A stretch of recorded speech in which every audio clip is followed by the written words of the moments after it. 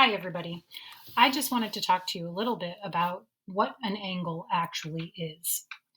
People have this misunderstanding that an angle is something that you can touch or point to, but really, an angle is just something that is a way to measure a degree of rotation.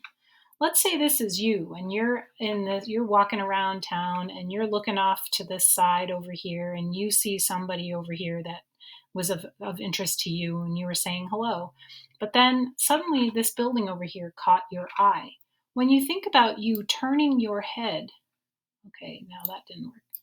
When you turn your head and you look over there, what happens is you end up creating this amount of rotation, kind of like clock hands, if you remember looking at the hands of the clock on the wall. So, what we're trying to do really when we're talking about angles is we're going to be talking a lot about this amount of rotation. Here we go.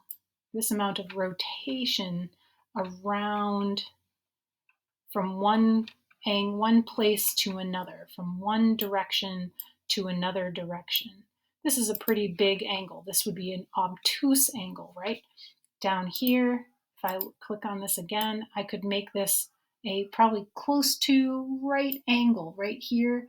I think that that would be pretty close to 90 degrees in there. It would be hard to tell, but I could probably check it out. And then finally, if I'm looking over at that building, back to an obtuse angle again.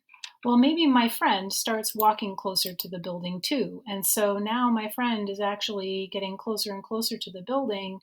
And guess what? Now, this measure of the angle between these two directions that I'm looking is much smaller than 90 degrees now. See what I did?